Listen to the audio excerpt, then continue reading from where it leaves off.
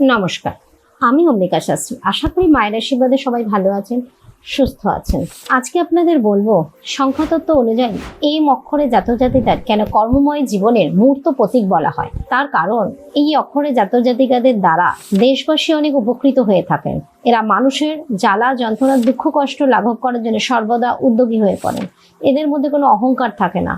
এরা সবসময় অন্যায়ের বিরুদ্ধে প্রতিবাদ করে বলে এদেরকে চির বিপ্লবী বলা হয়। এরা সব কাজে সবসময় উদ্যোগী হয়ে ওঠেন। এরা এই কারণে মানব সমাজে এরা মান সম্মান খ্যাতি সবকিছুই লাভ করে। জীবনে যদি এই অক্ষরে জাতক জাতিকারা কাউকে পাশে না পায়, তারা একাই এগিয়ে যেতে পিছু পা হন না, কারোর সাহায্যের এরা প্রত্যাশীই হন না। তারা সব কাজ নিজে করতেই ভালোবাসে। এরা কোনো কাজ ফেলে রাখে না, সময়ের কাজ সময় করতেই ভালোবাসে।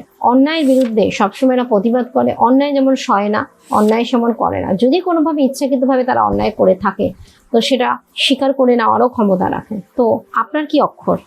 অবশ্যই আমাকে কমেন্ট বক্সে জানাবেন। আর আমার সঙ্গে যোগাযোগ করতে গেলে নিচে দেওয়া নাম্বারে অবশ্যই যোগাযোগ করবেন।